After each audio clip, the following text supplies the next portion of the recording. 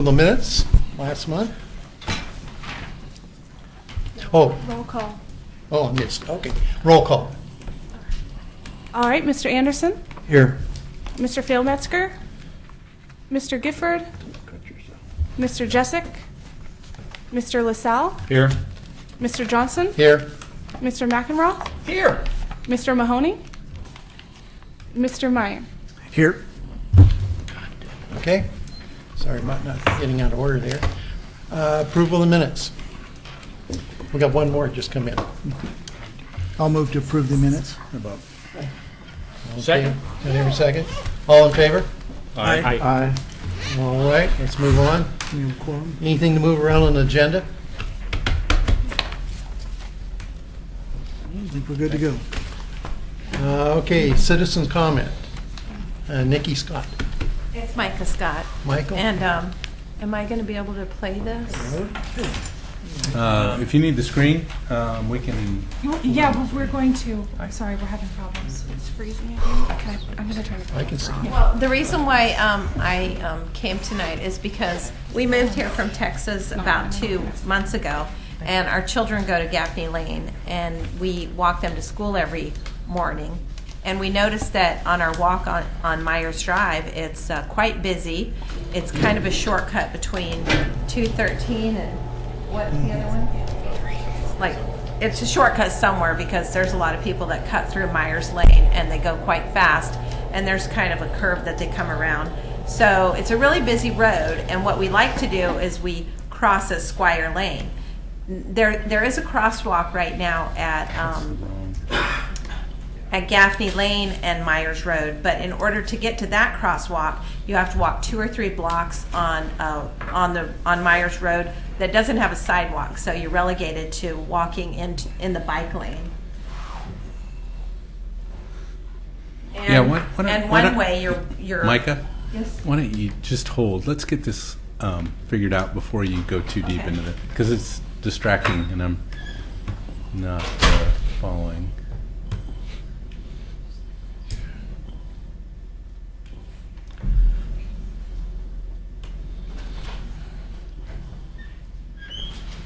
Okay, so my presentation consists of the reason why we need the crosswalk at Myers Lane. And I have a few short videos in here to show you the way it is right now when we try to cross at Squire Road.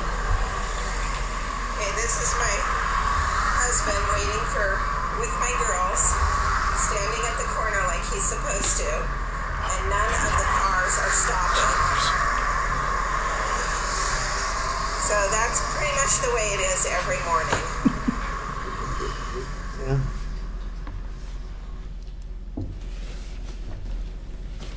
So this is the crosswalk at Gaffney Lane, and it's a little bit confusing because it's a 3-way stop, and so there's cars coming from all directions. And when you actually, if you make it all the way up there to the crosswalk, you have to walk, like I said, in the bike lane. And then when you cross over, you actually cross into some bramble bushes. And here's a little video So showing this you. crosswalk here crosses you right into that bramble bush, and then you have to walk this little narrow strip here on the road with all of that traffic, and then you come over here to the walking path that lasts for about 25 yards, and then there's a big stop thing that says, clearly indicates that you shouldn't be walking anymore on the grass. And then from there, this is Okay, so on Myers here's Road. the end of the sidewalk, and then you can either walk in the grass, which nobody knows if it's private property or not, or you have to walk in this bike lane, which is kind of scary for a child. It's kind of scary for a parent with a child, but you have to walk for quite a ways.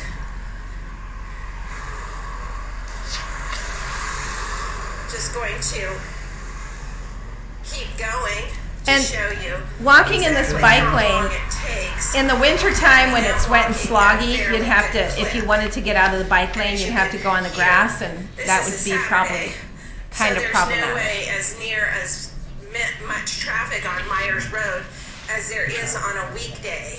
This was taken on a Saturday, so this was the traffic on a Saturday.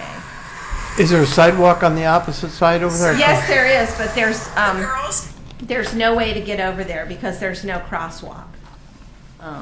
The crosswalk is at Gaffney Lane, and then the next crosswalk is all the way up at 213, where Myers Road meets 213, right in front of Clackamas College and Hagen's.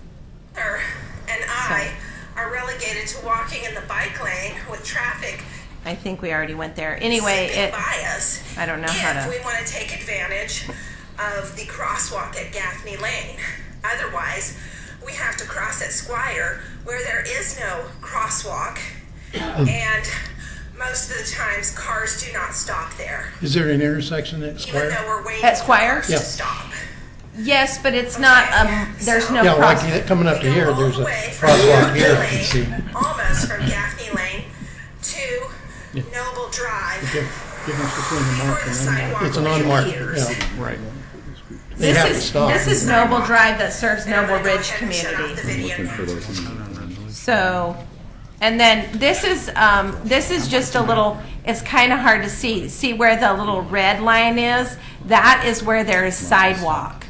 And where the blue line is, right along here, you can't see my mouse, but right along Gaffney Lane, wherever there is blue, the little blue line, there's no sidewalk there. So the proposed crosswalk is right there where the red arrow is. The proposed crosswalk. And the current crosswalk is way up there on Gaffney Lane. So if you want to get to the crosswalk on Gaffney Lane, you have to walk on that side of the road where there's no sidewalk. And I just put that little house down there because that's kind of where we're coming from. We're off on that private drive.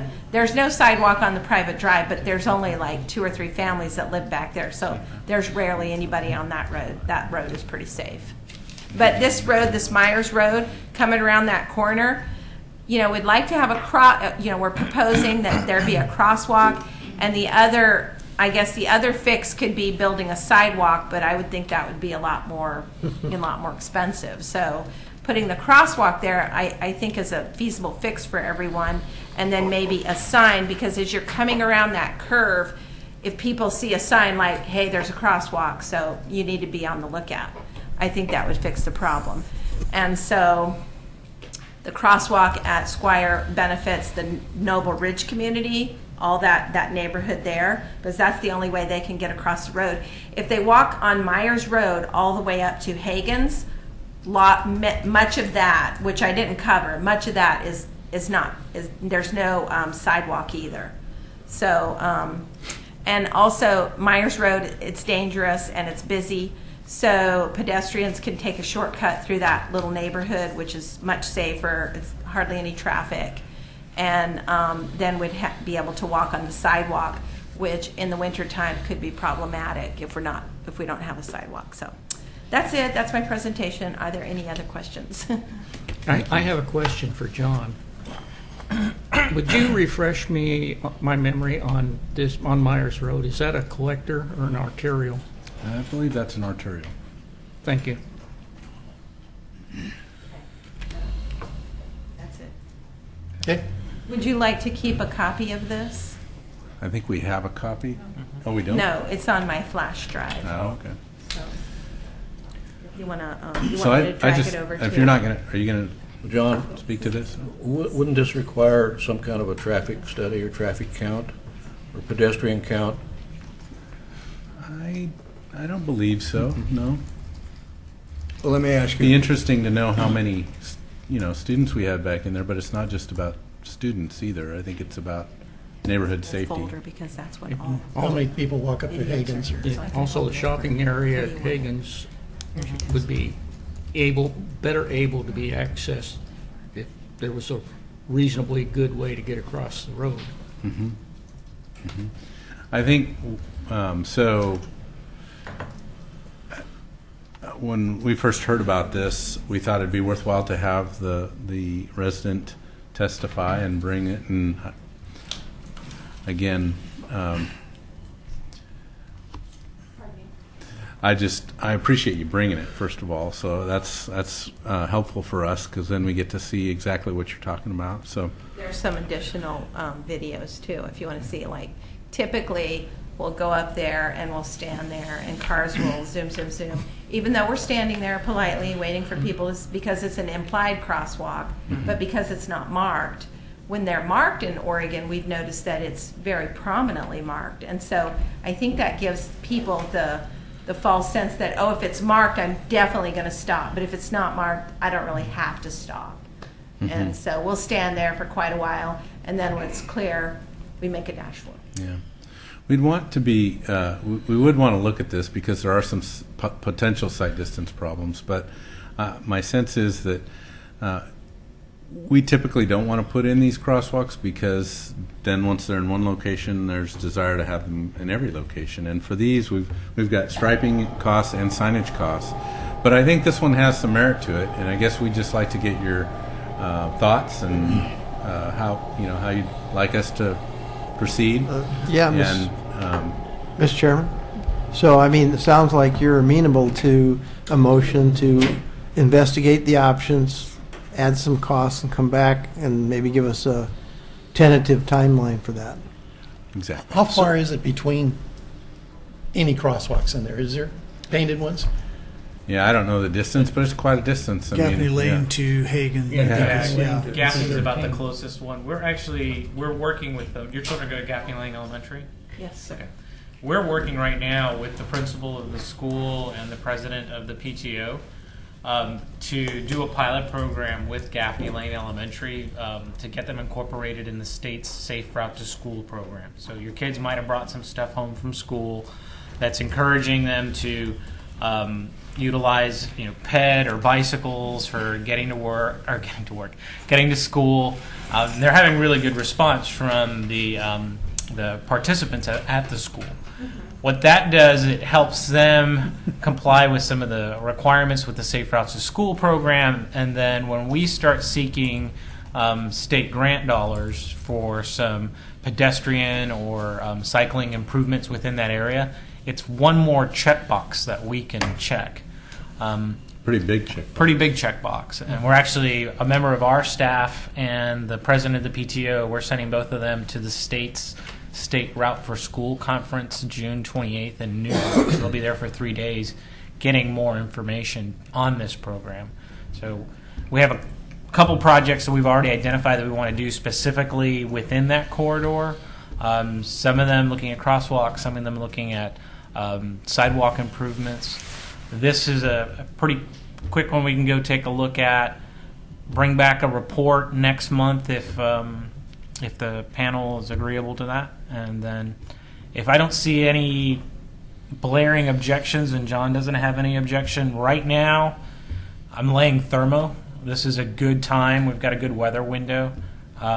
If John signs off on it, I can probably get it done within the next 30 days. Let's do it. I'll make a formal motion then to. Okay. I have throw out the staff- caveat. Yeah. If the weather holds, Right. because just like I explained to you guys for the crosswalk that we put in over there at Garden Meadows and Malala, there's a fine window for when we can put thermoplastic down, which is our preferred method for crosswalks. And I've got a lot of stuff going on in the next 30 days. There's But a motion on the floor. yeah. I second. You got a second? We have a motion on the floor to go ahead and put a crosswalk in. Well, no, to have If it staff warrants. come back with a report. Yeah, report. We want to check sight And we gotta- distances. We probably won't Yeah. do it on both sides. It'd probably be One side. No, I wouldn't expect Yeah, that. I've got to verify horizontal alignments And and either vertical alignments. side you put it on is great for us. I mean, great. Now, the one thing I want to make clear, we're not proposing to make the intersection a Four-way stop. four-way stop. No, Okay. we understand that. Okay, Call the question. question, all in favor? Aye. Any opposed? Okay. We'll bring you back a report next month. The other thing is when they have to put paint down, it's got to be dry. So just to be clear on that report, I'm not sure this body asked us for the report unless we came back with something that said no crosswalk. Is that right? Read it that way. So if we find that the crosswalk is safe and a good place to put it, we put it in. If we came back and said, we don't think so, that's the report. Is that correct? Well, that wasn't my intent, but if that's more efficient, that's fine with me, I guess. I'd take that as a friendly amendment to the. A little late now, The already motion. voted, yeah. Yeah. Your interpretation, John. Okay. Thanks.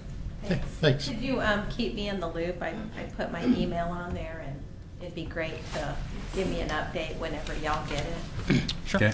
Up from Texas, huh? You bring any football players with you? Huh? We need them. My son, but he opted to stay in Austin and graduate. He's a senior, so we're flying back to watch him graduate in a couple weeks here. Congratulations. Yes, we love it up here. We've been trying to get up here for a long time. Welcome to Oregon. Thank you. Don't tell anybody. I know, it's like a big secret. I mean, this idea. girl at Starbucks, I'm like, what? I expected this horrible, dry, dreary weather day after day, and it hasn't been that bad. And she's like, shh, that's our. I'm like, you guys have a racket going up here. I've only been here a month.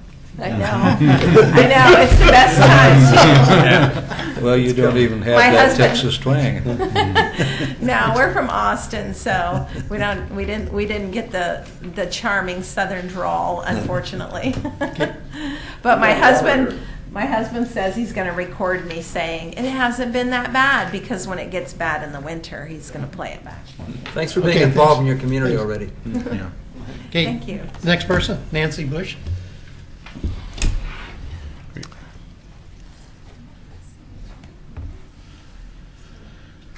Am I on? Yep. Yes. Hello, committee. I'm Nancy Bush. I am a business and property owner here in Oregon City, as well as wearing a few other hats probably. I just wanted to come out and publicly recognize Public Works and what a great job they're doing at maintaining our transportation system. I bike to work probably more often than I drive my car for the last 2 years, and they do a really excellent job at maintaining our bike paths and bike lanes. So thank you. Thank you. Oh, thank you, Nancy. I was unsolicited. Yeah, I didn't want to say anything to him, but I'm here not as a city employee, but as a commuter.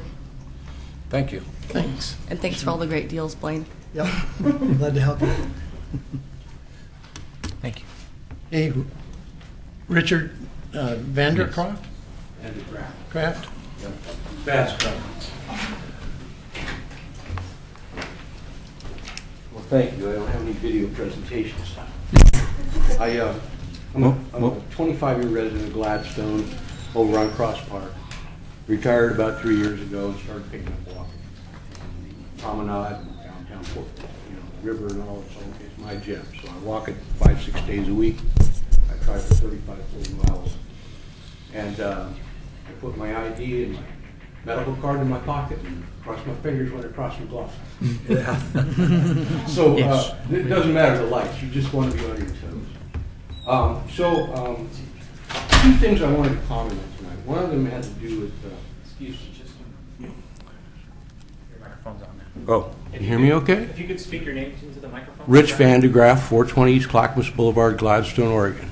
Thank you. Okay. Sure. So I'm kind of an expert on walking this town. I walk all over it. I do the promenade and then up, maybe up to Jackson and down, depending on if I'm feeling good, or a lot flatter if I'm not feeling so good. So there's a couple of things that relate to safety that I wanted to tell you guys about. One of them has to do with the way I walk. I come down Jefferson Steps off of Jefferson Street, down by the new church, by the vet's office, and I cross there, and I go and I cross over at the railroad crossing at the Hackett House. Okay. My experience a couple of weeks ago was that there was a railroad officer out there in a truck and said I could not go through there. And I asked him, I said, I've been doing this for like 3 years. I mean, they've shut off the road, but they've left the path.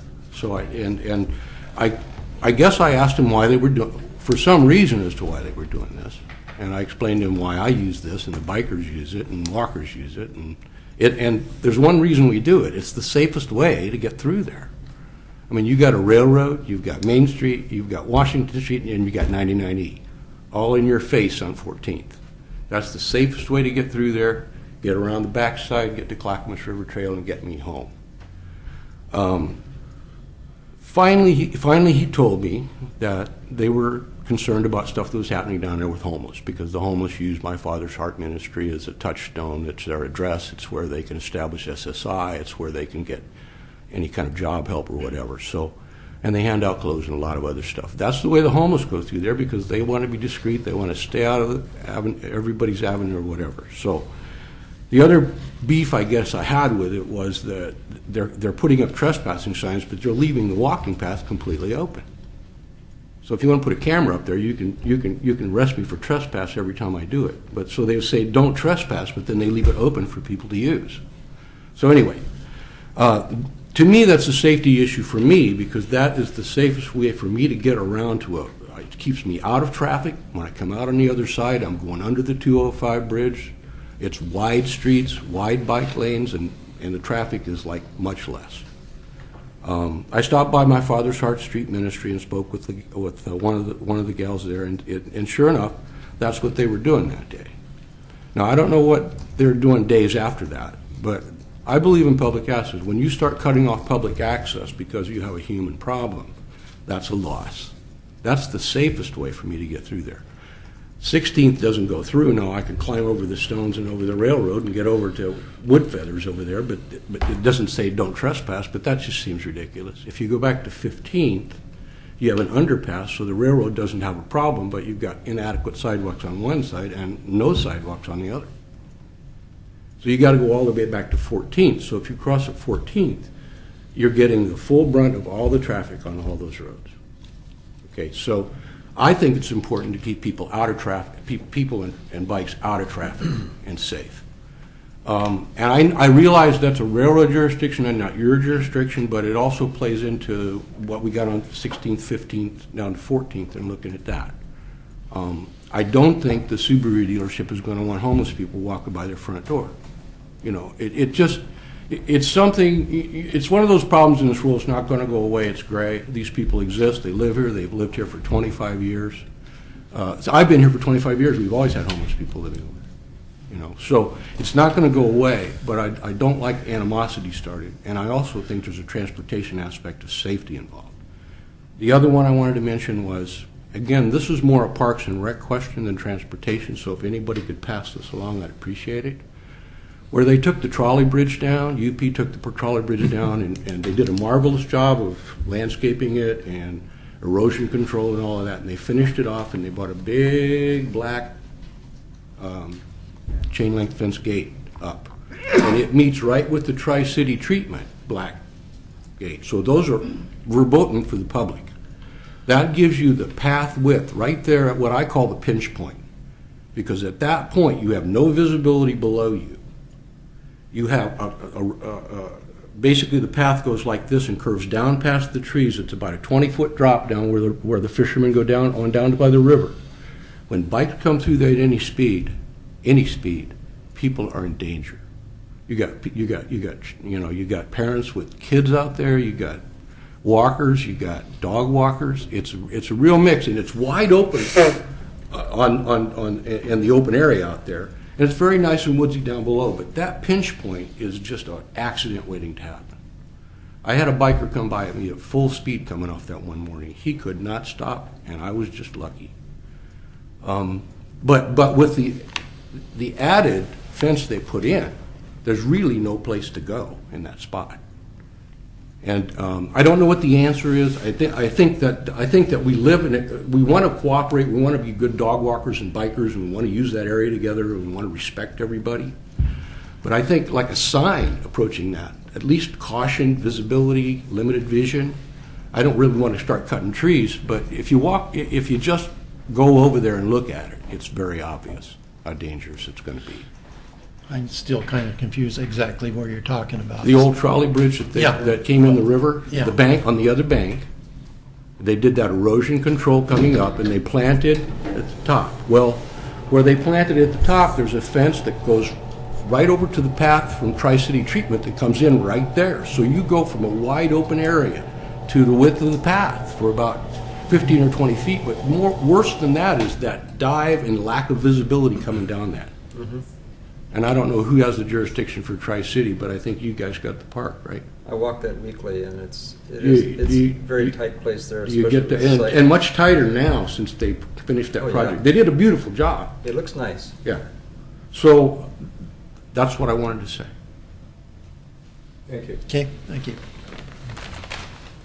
Any questions? No? John, you have any to add to that, or? Think Well, about we just put the fence in, landscaping. We're going to be down there looking Friday. at trees on Friday. We'll take a quick look at that and see. My sense is we're not going to change the pathway much, but we might figure there might be a solution to visibility. There's no point though where the Tri-City fence and the UP fence create a tunnel. There's always a point where there's one way left or right for a bailout. Except right where they meet. They don't meet. They don't meet. There's no exact vertical alignment or horizontal alignment for those at any There's a point. bit of an angle, but at one point with the new fence, you're really looking at the width of the path and a couple feet.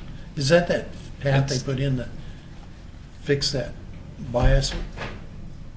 It's the path. It's the pedestrian path that Richard Van Griff's talking about. So I think there is shoulder on either side of that, or between the fences, but there's a narrow spot definitely, and we'll take a look at that. I'd like to. You would look at not only that, but also how that curves down and below the drop. If you picture yourself as a biker going at a pretty good clip, coming through that narrow area I'm talking So about. you'll have to come back up here if you. Sorry. Okay, I'm sorry.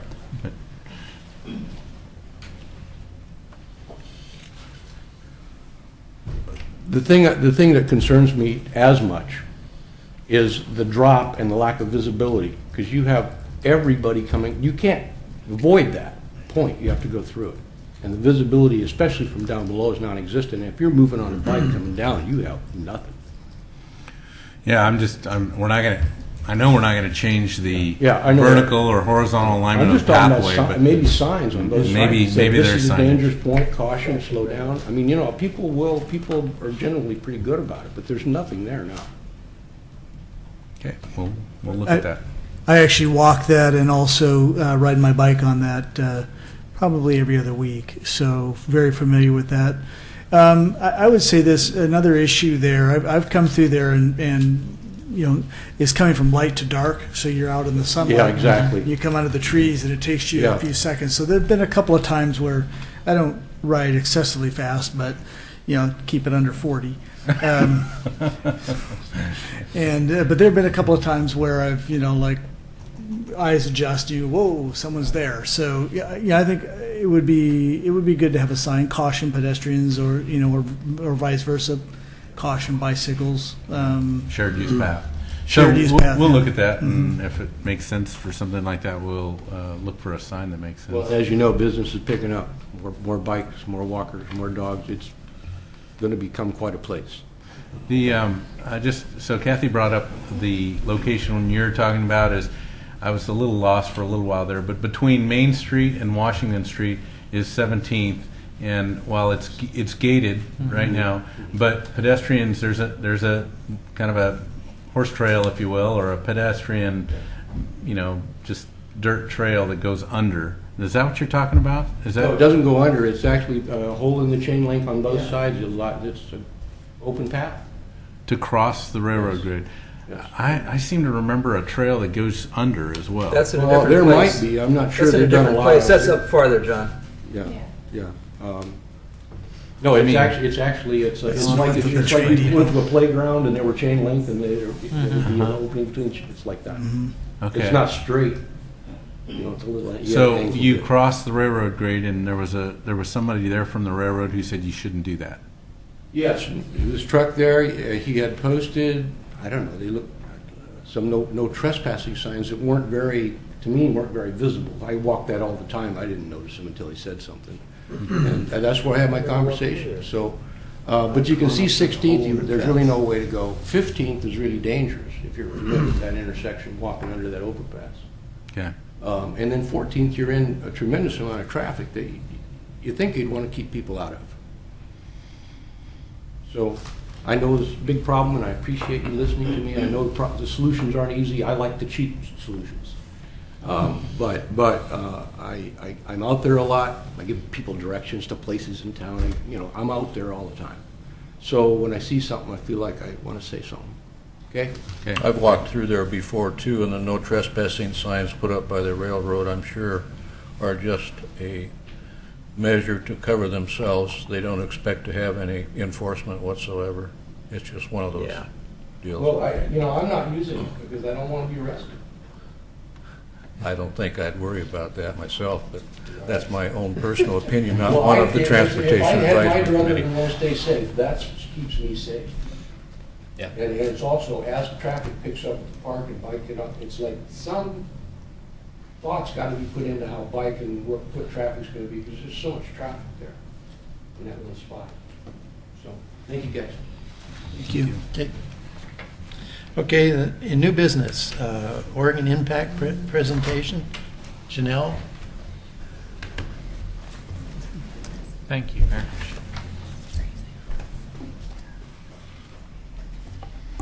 Hello, thanks so much for having me today. I appreciate it. So Oregon Impact's been in Clackamas County actually since 1989, and we've been doing the Victims Impact Panel for DUI. So for adults and minors that get a DUI, they spend an evening with our volunteers that are speakers. Some have taken a life in a DUI crash or lost a loved one or still suffer with traumatic brain injury from a crash. We've been really lucky, have gotten some larger grants, and we have some pretty nice tools that we have that we are sharing all over the state, and so that's why I'm here. I wanted to talk to you about them. We just recently moved into Gladstone, so we're in the old Campfire Grill house behind Tebow's Restaurant on McLaughlin, and we're sharing that space with 3 other nonprofits. So the Kiwanians are in there, an early childhood development, and Clackamas River Water. So we're sharing a building and the rent. It's been very great.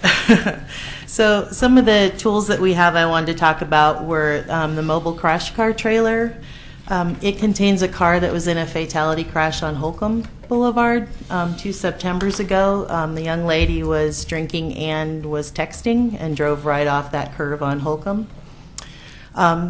Because it was nighttime and she took out all the power lines as well, we have about 3 hours of 911 calls that came in from that. Both the folks that saw her driving to the first responders just trying to get to her. You can hear her honking on the horn trying to get help.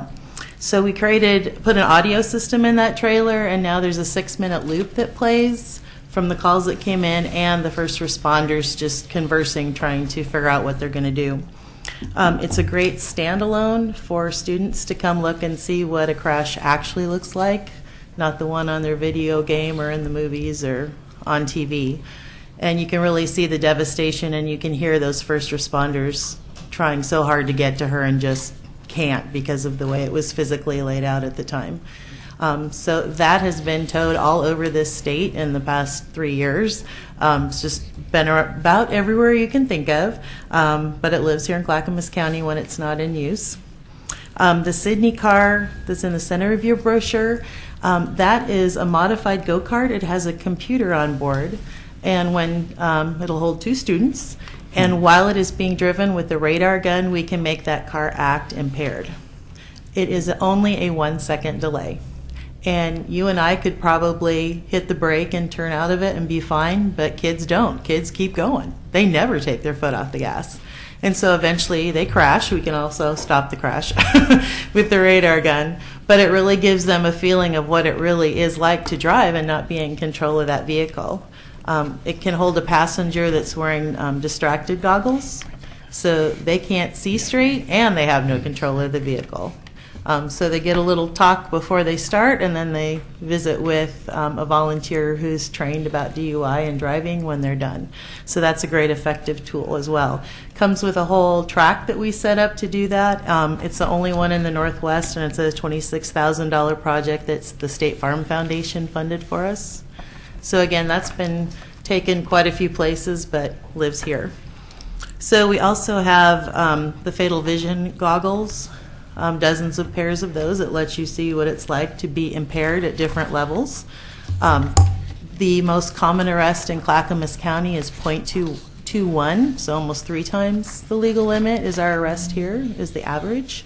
So we have glasses that'll show somebody what it's like to be at a .6 up to a .25, so they can see what the difference of that is. We have a lot of games. Boeing purchased for us 6 iPads. So we have a game we bring into middle schools called Don't Kill the Squirrel. And the kids have to play a video game, basically, and do other things while they're in the car. So they have to turn around and talk to their friend in the back seat and drink some of their soda and turn the radio station. So it really is just to show them that you can really only do one thing at a time with your brain, and perhaps your car is not the place to try to prove that wrong. Currently, we are working on our newest project, which is an ambulance that was donated to us. And we're working with the Brain Institute and the VA hospital and their alcohol awareness program. And it's being built out to have 6 games called Get Your Brain in the Game for students from middle school up to college level. There'll be different activities to show you that you can only do one thing with your brain at a time. So they have donated thousands and thousands of dollars in advertising to make sure we have a really great tool when we take it around. So that's available as well.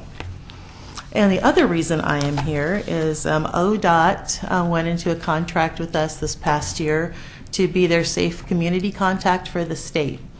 So all the traffic advisory groups, we just are here to tell you we're here for you. On our website, we have a little piece called The Coop. You'll see the pink car there. And we have videos that you can watch, learn how to do something in your community, and then ODOT provides you with the materials to do it. So it might be you just want to know how to take care of your volunteers, and you get sent 100 kits to give to your volunteers to recognize them, or how to write a grant if you're not a grant writer, or how to do research.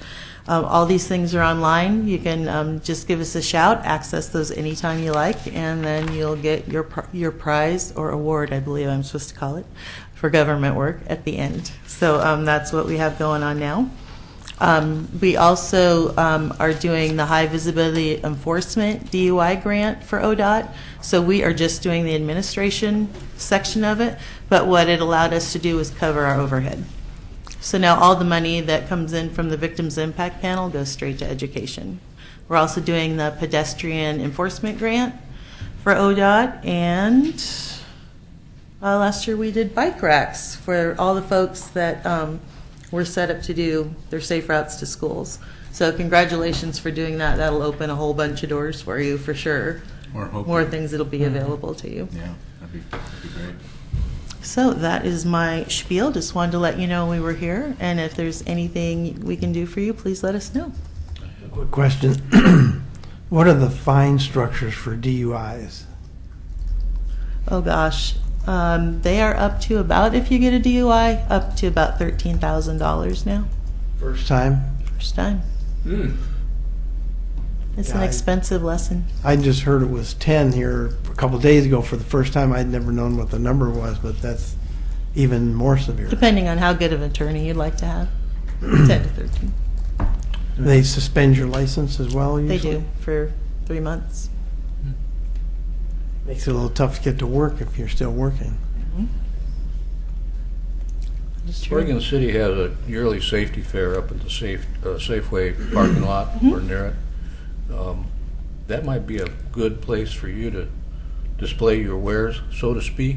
There's a lot of safety issues. It's primarily directed toward children, but there's also a lot of interesting adult demonstrations up there. So that's coordinated by the fire district, and we presented at that last year. If you'd like the contact information, we'll be happy to give that to you.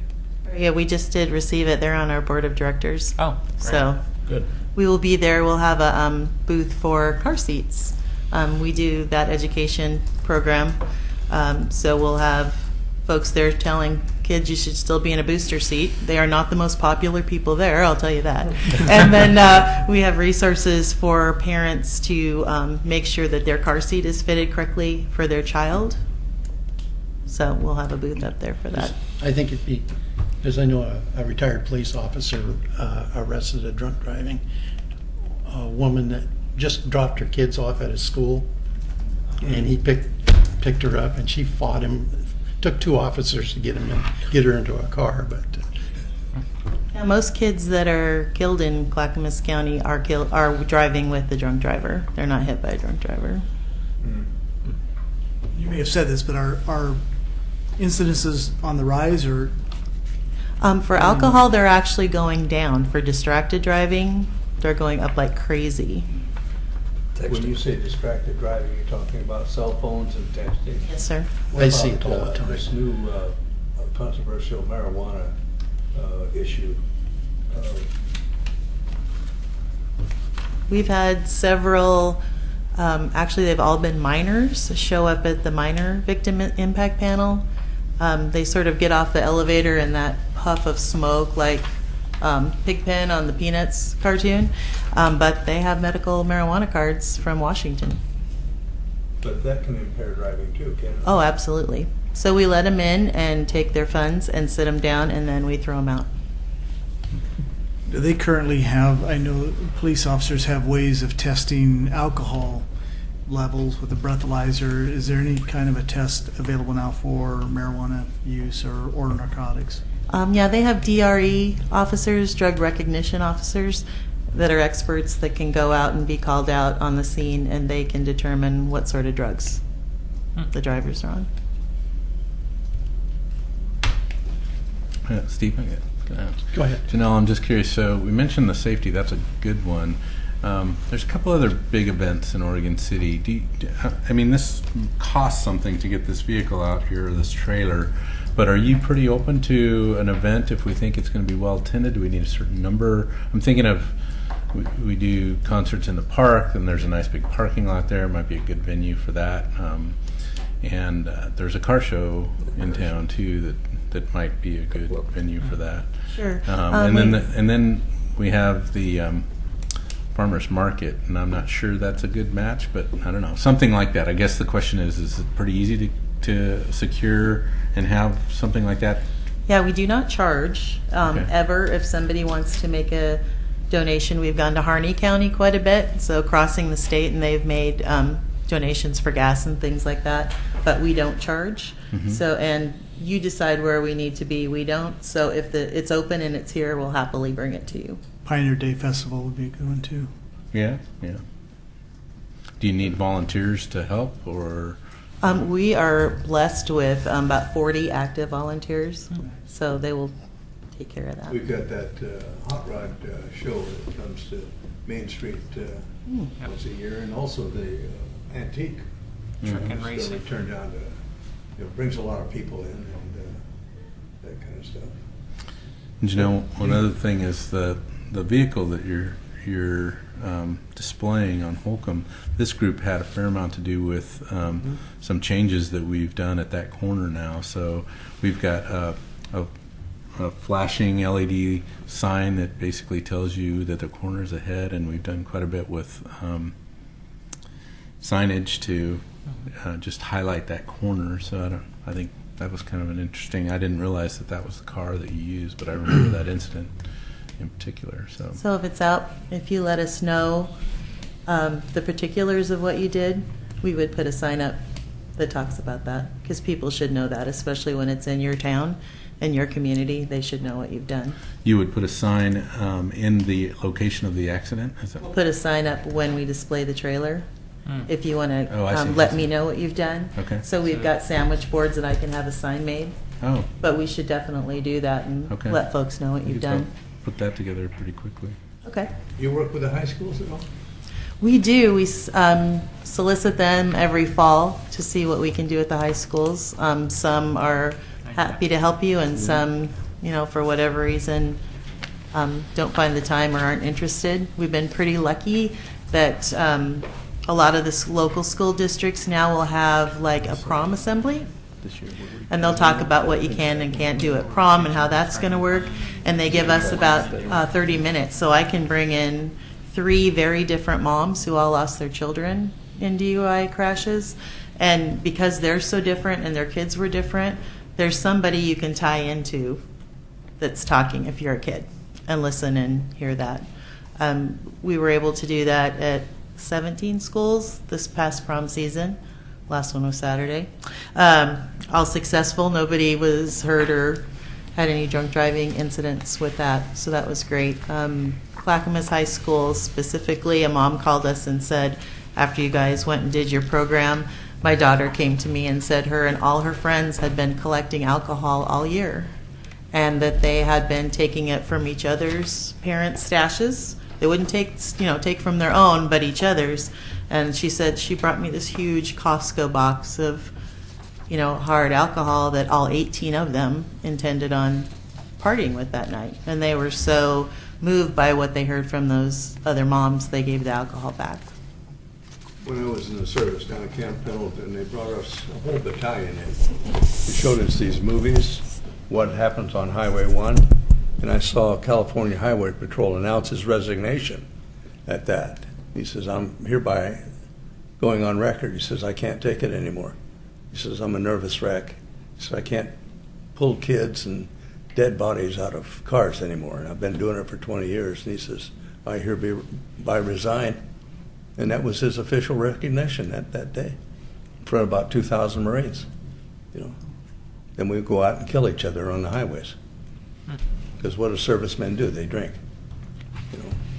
We've had officers that help us. We did a crash reenactment at out in Malino not too long ago, and the officer and he knew it was a reenactment, and he knew what it was. He had been to those before, and he was in tears before we ever started, because he said, I've done too many of these where it's real. It doesn't matter that the kids are in moulage makeup and this is on the field and it's not real, because it just brought back all those things for him.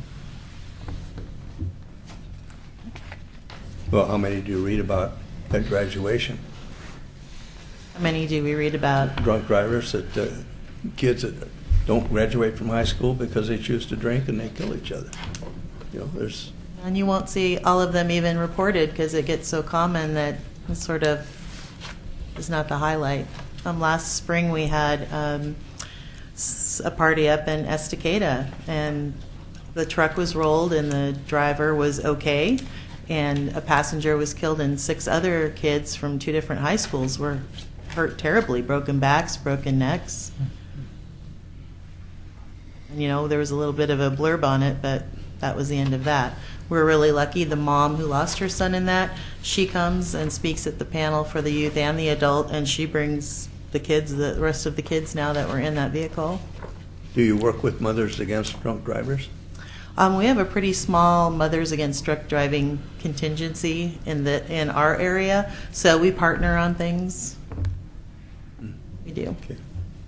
And actually, KATU called. They're doing a program tomorrow, and Katie, who survived that crash and broke her back in that crash, is talking to the reporter right now, actually, about doing a story tomorrow on what that was like to be in that crash in Estacada.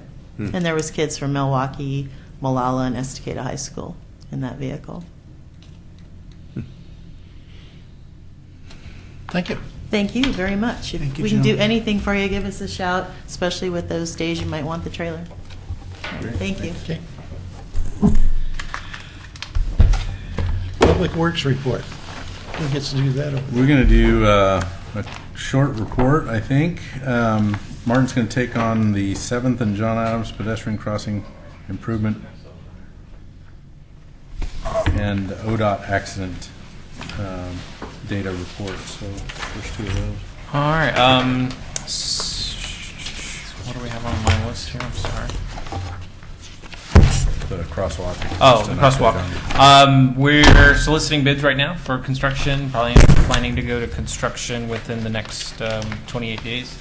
We handed it over to one of our streets lead person who's got a good construction background, and we think we've got all of the details hammered out while we can start construction in the near term. The handouts you guys are getting right now, if you recall, Jim Ban, Chief of Police, came here, I'm not sure if it was last month or the month prior to that, and presented to you some data that he had requested from the state. We went and coordinated with our counterparts at ODOT and got all of the actual detailed data, all what they refer to as the metadata. And then we handed that over to our GIS team. And what I like to do is, I'm a graphics person. I learn and pick up things much more visually. So we asked them to kind of take this data, and we sat down with the PD and we said, what's the best way to interpret this data in a graphical format that we can take with us to meetings and we can take to discussions with the TAC and other groups. And we've generated these two maps for you. We've had to break the city up into a northern and a southern region to kind of fit everything in here. But this is basically a list of the 20 most frequent accident locations throughout the city. I can tell you that there's a pattern. If you take a look at those, the most frequent locations that are reported to us are all associated with the state highways, which is, that's what you would expect. It's where the traffic is, where you're having the highest levels of congestion. For the areas that are outside of ODOT's jurisdiction, we've taken a look at those, and we've initiated some work with our engineering team to try and take a look at what improvements we can make. So one of the things that we've done is we commissioned a intersection analysis for Washington and 9th, which is a location where we had a fatality earlier this year. It was not necessarily traffic related, but we've asked them to take a look at the intersection and determine, does that location meet the warrants for becoming a signalized intersection? Ninth in Washington? Is it 9th or 12th in Washington? 12th, Sorry. yeah, the Sorry. blinking light. Yeah, the blinking light. So from the warrant analysis, we've met one of the 4 warrants currently. The other 3 warrants, based on the summary from the report that we received, we think that within the near term we'll probably be meeting all of the warrants there for signalization, probably within what the report said, the next 2-3 years. Yeah, it depends on development growth. Yeah. So the warrant that it met was the accident warrant. So there's one of several warrants, 7 warrants, I think. Yeah. So we're keeping an eye on that intersection, and then John's got a couple locations that we're looking at for some long-term corridor analysis. We'll coordinate with state and county and take a look at which other intersections we can request additional analysis on. Okay. If you remember, when we did the transportation system plan, there were some concerns about Highway 213 near Beaver Creek Road in Molalla. And I think that's what Martin's referring to as some additional follow-up. The state at the time of our transportation system plan adoption was interested in seeing the city do a corridor study that would look at alternate mobility. I think it was called an alternate mobility standard or alternate mobility study. And we have yet to do that. ODOT has kind of stepped back a little bit as to, kind of how agencies like us would pursue that kind of a study. Not a lot of them have been completed. And, there's also, that really had less to do with accidents as it did with traffic delays and, failed intersections. So we haven't made progress on that. I think this is interesting information because seeing the two fatalities are at both Molalla and 213 and Beaver Creek Road and 213. So it definitely adds to the whole traffic load problem is one thing. Fatalities is something much more serious. So I think it's a good example of why we probably need to look harder at Highway 213 at that area. Mr. Chair. And I don't know who to direct this to, who's in closest contact with Chief Band, but it's pretty obvious as his initial intuitions were about the number of rear ends, and if that seems to be the one that's rocking the boat the hardest, I wonder if there's been a relationship between the rear end incidents and the causes of those, and my suspicion is that distracted driving thing. And Jim even kind of made the same correlation on some discussions that we've had with them. From what I recall talking to him afterwards, that's been a pattern for several years now, where the instances of rear-end collisions keep rising, and the correlation of citations for, well, you were texting or you were playing with your radio. Because remember, it's not just phones with distracted driving. There's so many media devices in a modern car. Sure. Between a nav system, radio, satellite radio, eating. Your spouse. No comment. All your phones, just the various distractions that we deal with, and it leading into the high incidence of rear-end strikes that we've been seeing. One of the things that I've had on a number of occasions is when people stop for people crossing the crosswalk. You know, and they step toward that side, and all of a sudden you're especially on Malala, where you're doing 30 miles an hour. All of a sudden, it's just, you know, you don't know why they're stopping. Yeah. Because you can't see the pedestrian, and so I've been caught off guard by that. I will tell you, you know, the city hired a dedicated traffic officer about a year ago, and I had great pleasure riding around with this gentleman for about an hour a couple months ago when we had a water main break over there along 99E, and then I also worked with him when we were working on the Union Pacific issue. He's the guy that we go to for I need emergency traffic control, and he rolls right up. And he's got some very interesting stories and some anecdotal information as to the things that he sees and how it relates back to just the general traffic incidences that are occurring throughout the city. So if any of you ever get a chance, I'd recommend talk to him. He's a real nice guy. I can't remember his name right now off the top of my head, but You can't see him in his car. Those dark windows, you can't see his face. that's a sweet car he's got. I rode in the back seat, unfortunately, but I have ridden in it. Yes, Steve, I have a quick question. So how do you determine whether there's a plus or a minus in terms of eliminating rear-end things with roundabouts? And a second corollary question is, how do you determine when a roundabout would be most efficient? That just hit me today. So I was sitting at Malala and 213, and their traffic was set to let it out of the community college, and there was hardly any traffic there, and yet it was just backed up every place there. If it had a roundabout, it would be going slower, but it would have been functioning. It was just like it was shut down. So it just made me think, having just been on a trip to France and seen a lot of roundabouts, you know, that might be a lot more efficient than traffic lights in a situation like that. So I'm wondering if there's some criteria like that. I'm wondering if there is, John. I'm not sure. Not obviously with the data we have, because we just have our first brand new roundabout. But my sense is Gittleson and Associates, who we contract with from time to time, has become, well, there's maybe the other traffic engineers might take offense to this, but as far as I know, internationally and nationally, they're a big enough company to where they have really they have a lot of good information on roundabouts and a lot of study work that's gone into those. So I think what I could do is find out. I'd contact our engineer who we typically work with and ask him to forward me some white papers or something on that. Yeah, that'd be interesting. Yeah. As I remember from a seminar I went to, they're basically a alternative to four-way stops and minor traffic signals right now. Talk to Indiana. I've said it before. There's some great advantages to roundabouts. You know, they allow traffic to continue through. It's good for speed calming.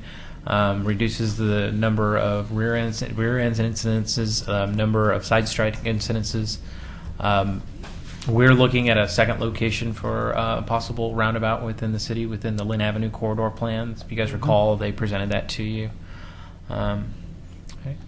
Some people have issues with change, and some people don't like roundabouts.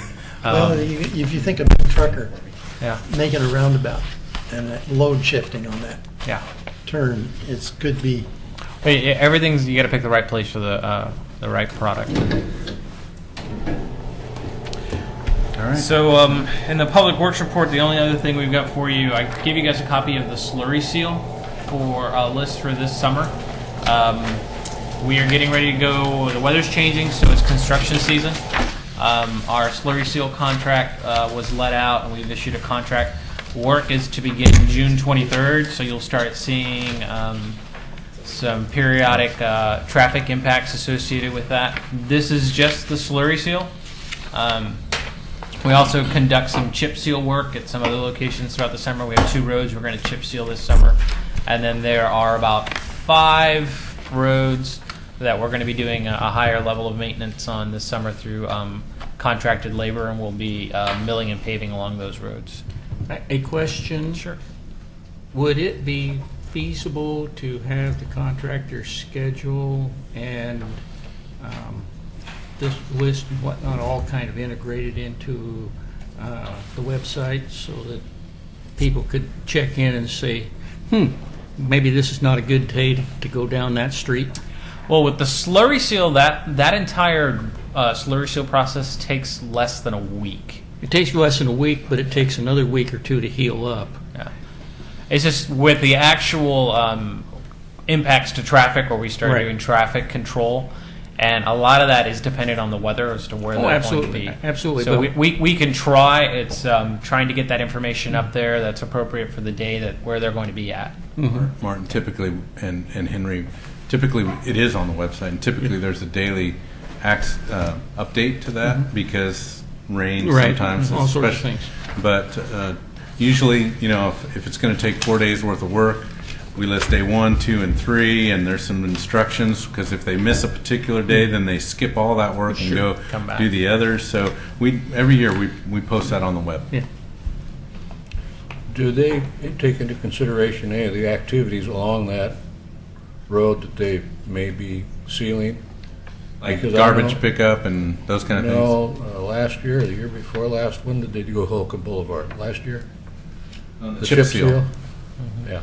Chip seal's been 2 or 3 years, I'm not sure, but well, anyway, we did chip seal on Holcomb last year. The day that they did that was the day that they had a huge dedication of a playground at Holcomb School, and so they had a huge amount of people that were coming and leaving from that event, and you should have seen the backup of cars. They were backed up clear down to Washington Street. So I think they need to look carefully at maybe some of the surrounding activities they may be impacting. Typically, we send notice of the work. If it's an event like that, it wouldn't necessarily be advertised, at least across our mode of understanding. But I would say we try, and we're usually pretty successful at it. But sounds like we missed one on Holcomb. And I think that one big time. But those things the one problem that we have with Holcomb or with scheduling any of these things is just changes associated with schedules and. But it was a chip seal. Yeah, it was a chip seal, but still. And that's the problem is that Clackamas County does our chip seals when they can fit it in. They give us no notice. That's true. Oh, I see. Okay. They give us no notice. Yeah. Well, they give us notice, but if it changes, it Not changes. Doesn't make any difference. Yeah. I had a question. We missed the grant for Malala Avenue, and I noticed Malala Avenue is not on this list. Is that on a different schedule? No, Malala Avenue is still a need. Our crew, Martin's crew, has been doing a really good job of getting out in front of it with, I don't know if you noticed, but the wheel tracks and along several sections of Malala have been milled out and paved back. No, Malala is still a need, and my preference would be to wait to see if grant funding is going to be coming available again soon. When? Well, we'll be ready. When is a question of timing. What I've heard from ODOT on grant funding is that the STIP funding that comes around, if you remember, as a 2-year STIP funding cycle, and in fact they haven't really landed on the final list. We just know our project cost, but there was some other projects that were, so their final list of STIP projects, because of the lack of federal funding, is in jeopardy as well. And what I heard from ODOT was that they would be delaying, instead of having it 2 years, they're going to kick it out a 3rd year, because federal funding for those kinds of projects is one of the first groups to get cut. Now, that doesn't mean that doesn't mean that it's all broken, then they're not going to get funding from that, because obviously revenues are still coming in. But, they allocate that in different grant funding pieces or non-grant funding. It may just go straight to the state or, different region, part of the state. But that piece sounds like they're interested in, if they're going to kick anything out, it's going to be STIP funding, which is one of our major grant opportunities. So, you're right. Not if, but when. But it might be a little further out than what we're used to seeing. Good information. So the idea would be to add. I'd like to just wait on Malala and continue to patch that together, keep it together. But there may come a day when that's just. We've got some problems at Beaver Creek and Malala that. We've got a lot of water ponding there. I know some of you reported some of the biggest potholes you'd ever seen, and Matt and the crew got on that right away, but still a problem. And, I'm a little reluctant to go spending a bunch of dollars out there when I think it's still got potential to win a grant. The question I had, I noticed that the train station was on the list, top of the list. Does that mean the parking lot or out on Washington in front of the? It's the parking lot itself. Okay. It's more preventative maintenance, and the funding for that is borne by Urban Renewal. Mm-hmm. We're basically acting as the project manager and allowing them to use our economy of scale. So they're going to pay for the area to be slurry sealed, and then we'll restripe the lot all through contract, and Urban Renewal pays for all of that. And what?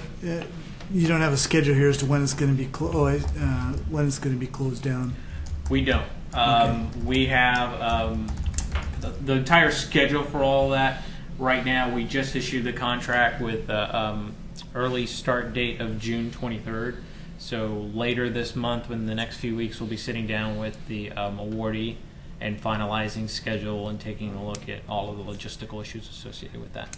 There'll be notification at that facility. As well as when we come in and do slurry seal, we do door hangings, we do notifications. We try and get the word out as much as possible, so that we're not impacting residents, as much as we can. I'm just concerned about access to obviously the And the within the trains. contract, we wrote into for the project at the Amtrak station, they have to maintain at least one lane access the entire time. So we're looking at a half lot closure, do that, let it dry, come back, do the other side. Question? Yeah. I don't understand the sequencing of this and what's the different shading. How was this ordered? In First I thought terms it was of alphabetical, but it yeah, doesn't seem to be alphabetical. It's not alphabet. It's No. actually by. There are maps. There were maps included in the contract documents, and there are 6 maps, and so it's based on area. Yeah, these are the correlating maps that go with it. Okay, that's all right. It's for my purposes, it's random. Yeah, that's fine. It's not random for the contractor. I'm That's sorry. fine. An alphabetized list would have been better to you. Or Yeah, something. Yeah. The areas are broken out into individual maps, and then just more for logistics for That's them fine. to kind of stage. Just curious. Well, William, you bring up a good point, and for those of you like William, there's always the website, and most of the maps and the list. Is the list on there? I know the maps are on there for the work that we're doing. These maps are on Not those maps. But the slurry seal I maps. don't know that I've put the list on there yet. Just always know that through the Public Works site, you can get. Or construction, right there. There you go. I only have one set. I didn't print these out, but if you'd like to take a look, those are the maps associated with the slurry seal work for the summer. And like Kathy mentioned, they're broken out into zones so the contractors can kind of figure out logistically. fine. I didn't The make first 2 are sheet A. I didn't mean to make a big deal out of it. Yes, I you was just- did. Yes. I was just curious. Sorry. I have a quick question. I always enjoy William's questions because they're usually A helpful. quick question. How many years have you been doing the slurry coats, and are you satisfied with them? Are they getting you the extended life that they project? I would say generally Well, your first question was how long. The city's had an active program that's happened year after year since 2008. Before that, we were a little hit and miss with regard to slurry seals, mostly because it was all gas tax funded, which we didn't have a lot left after paying our day-to-day bills for operations and maintenance. But before, I mean, the city had done that for years in the past. With regard to how effective has it been, I think it's been very effective. I think we're about ready to go back to those streets that we slurry sealed, way in the beginning. Now, William, you're the street that your little neighborhood back in here. That's one neighborhood where we put a slurry seal down, and I wish we hadn't. Yeah. But for the most part, it's all about the Martin's crew, Kevin Hanks, the street supervisors and crew leaders being familiar enough to take our rating system that we do every 3 years. We go in and rate those streets, and out of that kicks out a list. Now, we created a 5-year plan, and on that's got all the lit streets. So we've been following that plan, but the idea is to hit them at the right time, right? And so if we can stay on schedule with that, we're like I said, we're about ready to circle back to some of those streets that we slurry sealed, several years ago. So anyway, this is a map, William, and I'm not. It's probably not the one I was looking for, but No, that's fine. Yeah, asphalt has a maintenance curve that, as time progresses, there's a little sweet spot where if you start conducting preventive maintenance, you can actually bring the curve back up slightly before it starts dropping down and you start getting into catastrophic repair. And that's what the micro seal, the crack seal, the slurry seal, all of these aspects of preventative maintenance that we're trying to do on those gives us a little bit more lifespan on those before we have to come in and do complete mill and pave jobs through there. Thanks. I see the city of Portland is using our maintenance fee as a The PIMA? A Yeah. lot of information they have. from us on Yeah, it. they've been talking to Kathy, so I don't know what she gave them, but hopefully it's all our good stuff. Would that be Not our Oregon mistakes. They keep saying Oregon City has one, but Portland doesn't have one.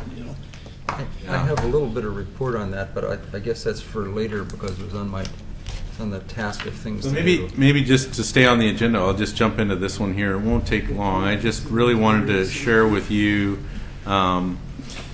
this online survey that Lisa and Kathy and I and others kind of put some work into. So this is on our main web page, so you can access it right from the main web page, and it kind of scrolls through the different things. But there's another opportunity to get to it right here. So this is the Lynn Avenue, Leland Road, Myers Road corridor project, which we're trying to get public information or trying to get public involvement on. And so we've created an online survey, and we definitely expect everybody on the TAC to fill out an online survey and to share it with that suggestion with others. Lisa, do you want to report what you saw today with regard to usage generally? Well, we've seen 32 people respond so far. It looks like it's gaining traction. Each day we have more responders. So it started out 1 or 2 a day, trickling in. Yesterday we saw 8 people respond to the survey, and today it was about 5. But it does seem to be increasing. When did we put it out, expect Lisa? 8 more. Last week? 8 more, yeah, that's right. Yeah, it's only been available about a week. I mean, the other thing is just, we could always, I'd say tweak, I hate to tweak the questions too much, but if you see something there that you kind of go, wonder why we asked that, or, we kind of internally reviewed it. We sent it to a few of you, but I don't know if we necessarily got feedback on that, but we basically felt like we wanted to go online with our online survey. So take a look at it. There's some graphics there that kind of help formulate the questions, and really we're interested in getting feedback about priorities, what people really think about different components of the projects. Getting people's attention. So in the corridor, one of the most dramatic changes would be the roundabout, correct? What if you had a little sign there like they put out for a zone change saying, this is a corridor study, going to be a roundabout here, have it big enough so they see it when they're driving, but sooner or later they go to the website to take the survey to get a reaction or look at it. So you have something physical in that location, or maybe some others as well, that would give them the website to go and look at the plan and comment on it or something like that. We're working on that. I was going to say, brilliant people think alike, because Kathy had the idea that we should do, because we're having a Go back to the homepage. we're having an open house for this project, so that's another thing that I wanted to mention. Kathy, you're making me do things and talk at the same time. So you're not driving or golfing. Rear end somebody. So online survey. What am I looking for, You're Kathy? looking for that sign right there, open house. There we go. Leland. Yeah. So Kathy came up with the idea, which I thought was good, is to put the typical signage that we see for, say, soccer signups or those kind of things. Place them along the corridor to basically announce the open house, but the website's also listed on there. Good idea. Yeah, I think trying to get people focused on the corridor is going to be. We're going to use signage. We're going to be mailing. There's a lot of mailers that go along with getting this plan adopted. So, we're going to be going through planning commission meetings. We're going to be going to HRB, mostly because we're going to touch the McLaughlin neighborhood, and then city commission public hearings. So not all of that happens before the open house. We'll have the open house first, but there's going to be lots of opportunity for people to chime in, and I think we'll leave the survey open. We may look at the results and kind of continue to tweak our responses based on some of the results we hear, but there's no reason, I think, to pull it down right away. So We're also planning on doing more signage, kind of a little information center signage. So we're still working on putting the figures out there, like the roundabout drawing and things like that. Maybe putting several of those schematics on signs in the park, and then maybe if we can get permission over at Mount Pleasant School by where the roundabout's going to be. So we hope to have more schematics out there along the corridor. I wish we had a sexier name. The Lynn Leland Myers corridor is not exactly falling trippingly off one's tongue. And how about LLM? I was just thinking of the Lewis corridor, but that's sexy. just something catchier than the Lynn Leland Myers corridor. South connection, 'cause to me it's just such a great connection between the south end of the city. Yeah. And I use that every day, car, bike, walk. You call it that other connection. Other connection. I don't know. Yeah, good. I haven't thought about that. But, South corridor. South corridor. Too close to the South End plan, I think. Yeah, I don't know. There might. I'm be. just. Yeah, I like it. Just throwing it out. The only question I had about that, I put that on the survey, was, coming down, if you're on a bicycle, coming down to Gaffney Lane, if you're going east, there's it right in front of that home. So what I have to do is come out of the bike lane, or shoulder, it's actually not a bike lane, but come out into the road. I always tell Suzette, don't, because she'll try and ride that white line. It drops right off into the gravel. Don't do that, because cars will try and scoot by you. So it's the plan's going up to Moccasin Way, but it doesn't go up to Gaffney, complete the connection. So I'm just wondering why it's only about maybe a 50, maybe 100 feet or so section, but it's. Are you talking down Gaffney Lane where that house kind of juts out into the right of way? Right at Gaffney Lane. Right by the elementary Yeah, school? right. So the crosswalk comes across Gaffney Lane there on the west side. Where the lady just spoke. On to Myers me. Road, yeah.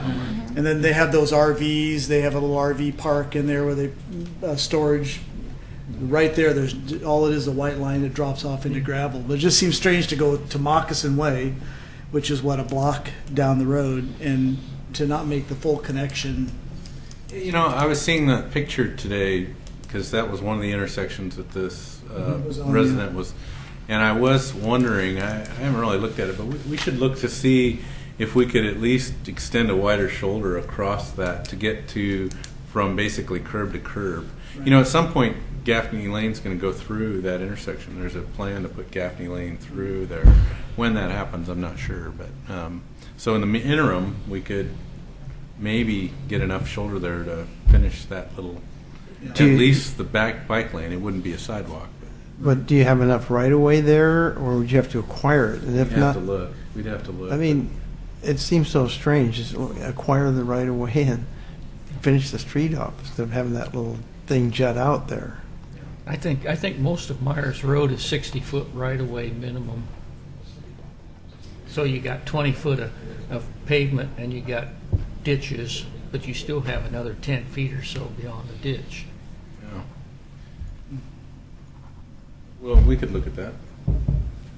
So if there's no more questions on that, I just wanted to mention the website, the online survey, and the open house. And the open house is on June 11th, so mark your calendars. I think it's from 6 to... Says right there, 5 to 7. 5 to 7. Pioneer Center? No, we're actually going to use the school districts still has ownership of the Mount Pleasant School, and they've offered the annex building, which is right near the roundabout, so we can actually see the roundabout from inside that building. So we'll use that. We've got a sink there if we need, refreshments or those kind of things. So it'll be in that building, in the corner that's most appropriate. So I got a question for Martin. Last meeting we had a brief chat about the corner where 5th Street and Lynn Avenue come together, and the retaining wall holding the street up, and he was going to take a look at it, and I was wondering if he saw anything of... I actually need to follow up with you on that. Matt and I went and hiked down through the canyon, and we found... I got to verify the location with you, because there's a portion of there where there's a retaining wall where the top foot of it is wood, and then everything below that, if you climb down into the canyon, it's actually rock. And I've got some photographs of that. I just need to verify if that's the same location. It most likely is. Okay. Yeah, there's about a foot of it where there was old guardrail. That's where you see that there's wood in it, and it would appear as if that's the retaining wall, but that's actually just the guardrail that was put up there before the metal guardrail was advanced just ahead of it. But if you climb down in the canyon and clear out all of the ivy, it's rock. So good. And it's in pretty good shape. So, but thank you for that adventure. You really can't see the city adequately unless you get out of the car. If you don't get dirty, you're not going to find it. So just a couple updates on summer construction projects. Our 2014 pavement improvement contract, which is different than the one that Martin sent you a list on. It's got most of our more rehabilitated asphalt kinds of projects. So we're advertising that project as that advertised this week. Bids will open on June 10th, and then we're scheduled to award the bid on the 18th of June. So my sense is we'll probably start construction sometime after the 4th of July on that project. And John, just a quick question. Are those the ones that are listed in the newsletter here? This Garmin, Holcomb, Washington Street. Just want to make sure. Yes. Yes. So the only exception to this that I wanted to mention was Center Street, right out in front of City Hall here. We went ahead and pulled that project due to some complications with the water line design, but everything else on the list is planned for construction. So yeah, read your trail news, and we actually follow through with some of the things just some of the things that we put in there. We don't follow through with everything. Okay, we already talked about the preventative maintenance work. McLaughlin Boulevard Phase 2, if you've been watching that project, it's still moving forward. They've closed the sidewalk on what would be the shopping center side, and they've been working along what we call Firestone Alley. and in front of the river shore with the stormwater improvements along there. And I haven't driven by it in the last couple of days, but it looks like that's moving forward on schedule. What's the estimated completion on that? Well, I'm going to say November. It was supposed to be about a year-long project. So. Bless you. They were working on the Gabion baskets the last time I had. Yeah, it'll be interesting finish when we see that. But and that's a $2,648,000, almost $249,000 job. So $2,649,000 job. And then the Claremont Way water and pavement project that has been awarded to Civil Works. $643,000 project. I think it's split close to equally between PMUF and between Waterline Works. So that should start relatively soon.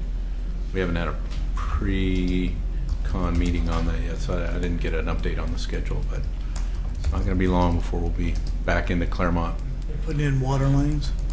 New water line. Well, we'll replace the existing water line in Claremont. That's from the park to Myers. Leland, Myers. Yeah.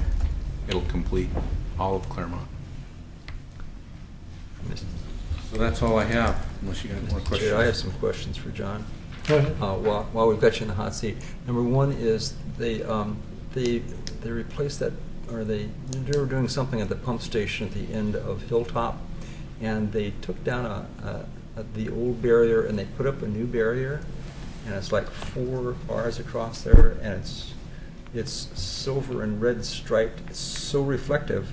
When I drive down there at night, I have to turn my headlights off because it's just like coming into it is astonishingly bright. I don't know what reflective material they put on that barrier, but it is just.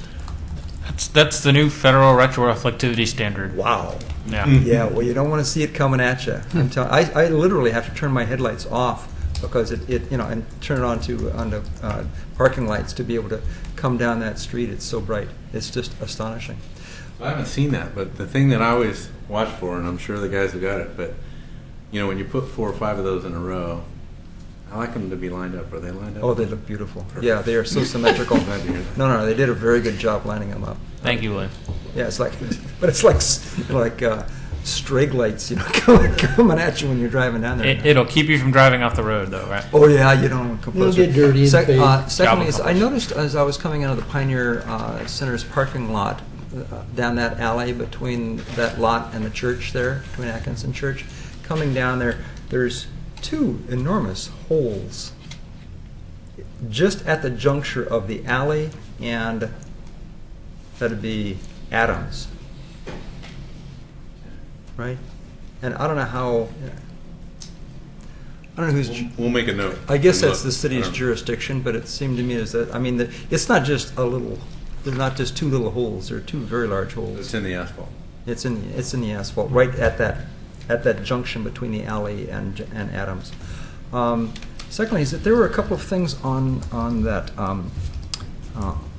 that list that I'm sorry Kathy isn't here that she had put together, but that I was supposed to report back on, and so I brought some things, and I wanted to first of all, because we were talking about PMUFs and all that other stuff.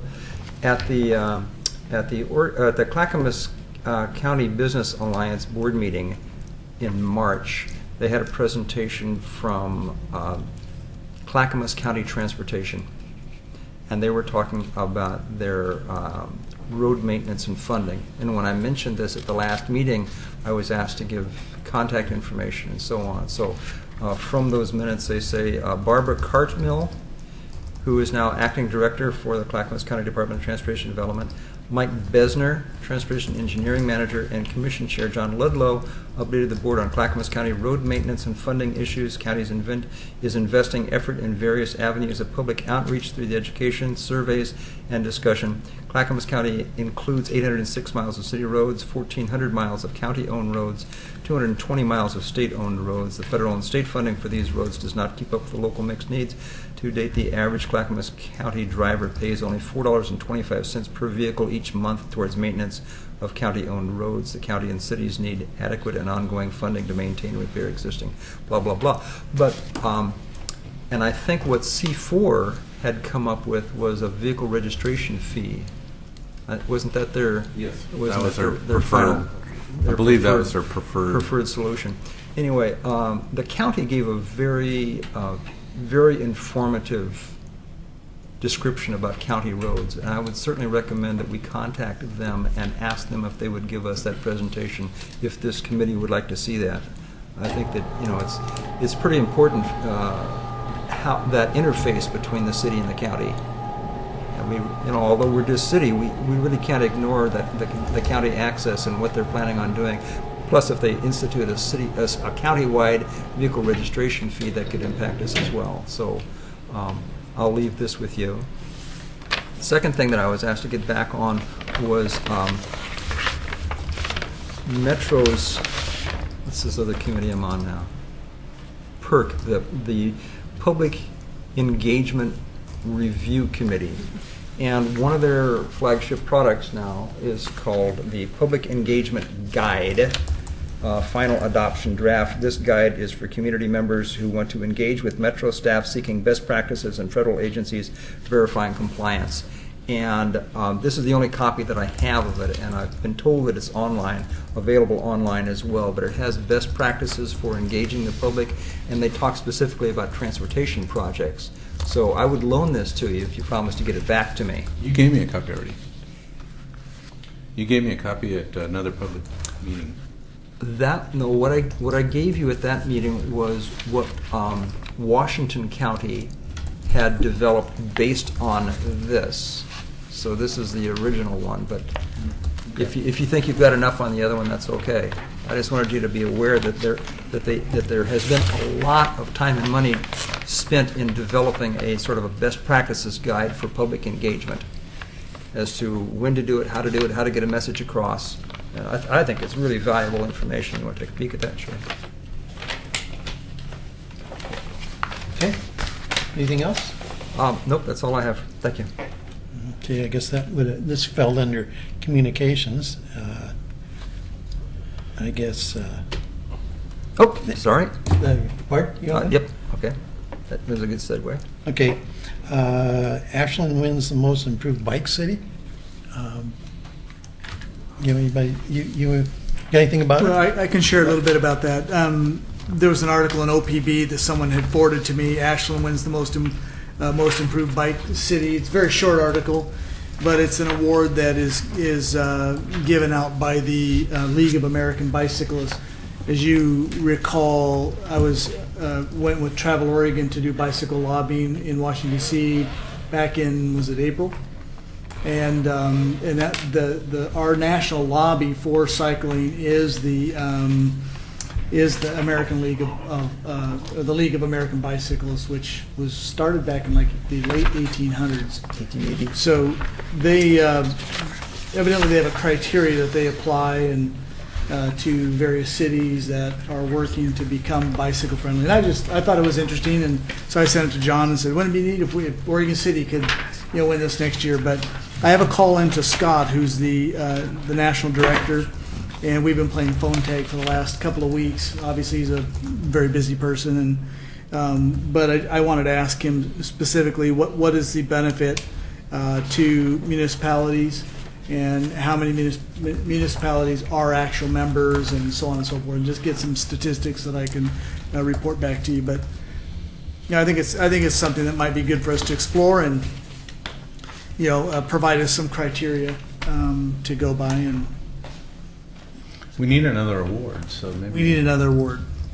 Yeah, and we're doing so many things in the area of cycling that I think it wouldn't surprise me if they leaned our way on that. So we need a big tow rope to get everybody up on top of the hill. A cable rope, like a cable car, where you just grab the rope and T-bars. push it up. I'll keep you informed on that, and yeah, we'll see. I'll just get as much information as I can to John. Hey, Steve. Okay. Kathy left me a reminder about something that we talked about internally, and we can't remember exactly what. But there was a request from someone in this group about wanting to receive a Clackamas Cove update, and I don't remember the context. We couldn't figure out what that was about. Do any of you remember, that particular item? The question is, we can get an update or have Eric come. I'm not sure. Haven't heard anything, real moving with regard to the Cove project. But anybody remember? The last that I had heard was that that there was still an appeal to. Who was the appeal to? Yeah, I don't. An appeal. Yeah, the appeal was Boley. Boley was declaring. Let me see. Oh, I got to switch gears here. The requirement was that if more than $750,000 of public money was used in a project, that the wages paid to laborers on that project had to be at some level, and I can't remember exactly what it was. And $750,000, I think it was. I think it was it was $750,000. And and so when the Urban Renewal Commission granted, they requested $748,000 to get it under that limit. And then Boley said, yes, but we mean to include the value of the property. And so they contended that the Urban Renewal, this is kind of complicated, the Urban Renewal Commission grant plus the value of the property put it over that limit, and that was going to be requiring the developers to pay more than they thought that they were going to have to for the construction costs. And they contended that at that time the property value was a negative amount, and so it really shouldn't have penalized them. And so they have appealed Boley's ruling on that, and I haven't heard the result of that, but that's the latest that I know about that. That sounds like a prevailing wage issue. Yeah. Well, and I'm not sure that I'm sure that wasn't the question. So we'll just let it go at this point. If the Cove becomes active again, we'll give you an update. And then, Martin, did you want to say something about this? Last month, you guys had asked some questions regarding the radar speed signs, and you had asked, were we able to download information from those? The answer is yes. And I had staff pull reports from not all of the models that we have are data downloadable, but for the ones that we do have, we pulled reports for those with the intention of presenting those to you today. But it slipped off of all our radars, so it's not on the agenda. But we'll make sure to double back around and get you what we have the next month. Okay. It's interesting, actually. And Martin did bring me the data for the Kanema neighborhood, if you guys remember that one, and that maybe something we can share. Obviously, there's some peaks where there are some speeding beyond 25 miles an hour, but I think the 85th percentile was 22 or 23 miles. 17 was the 85th percentile. Oh, yeah. Even lower. So, on that one. So it's just kind of, I think there's been a cry for lower speed limit postings in the neighborhood, and that's the one street where people can actually get a little bit of speed. Where our radar is, it's on 5th Avenue, so it's a one straight leg where you could probably accelerate a little bit and get a pretty high speed, but that's not what we're seeing at the 85th percentile rate. Yeah. So The signs pay for that's themselves. really low. Yeah. It was below 20. I know that for a fact. And there's only one other one that we were able to pull data from. We have 3 that actually will give us data, but one of them, the data port, the USB jack is jacked. So we have 2 reports to give you. Jack is jacked. So. When when we got the grant to make the improvements on Holcomb Boulevard, it included those nice decorative period type lamps. Yeah. I don't think we ordered any extra lamps. Actually- Because there's been 2 down now for quite a while, and I was wondering what the status is for those. Actually, those lights, we just need to know about them and make sure, those are PGE decorative lamps, so the project didn't, well, I'm sure there was some funding for the light through our agreement with PGE, but maintenance of those is through PGE, so we need to call them and, Because kind of where somebody they're knows at. about them because they removed the lamps, after they were ran into and knocked over, so. Bob, if you can give me the locations for those, we've got a very good contact with PGE. Yeah. And I'll have it investigated. Sure, I'll do that. So basically, the lamps got hit, knocked over, they removed them, they're just sitting there waiting. If you want to send me an email tomorrow, The base is just sitting there. just send me an email tomorrow, closest intersection. I'll have somebody go out, pull the information for it, and we'll get it over to Lori. Sure, I'll even check the base to see if there's a number on them or something for you. Okay, thank you. Great. I'd like to thank the little hole that's in the 12th and Washington Street when you make the left going down towards Maine. Oh, that's a good one. I used to have, if there was a parked car, you couldn't miss it. Right. Now it's full. Did we tell you guys about the update with the PGE lights last month?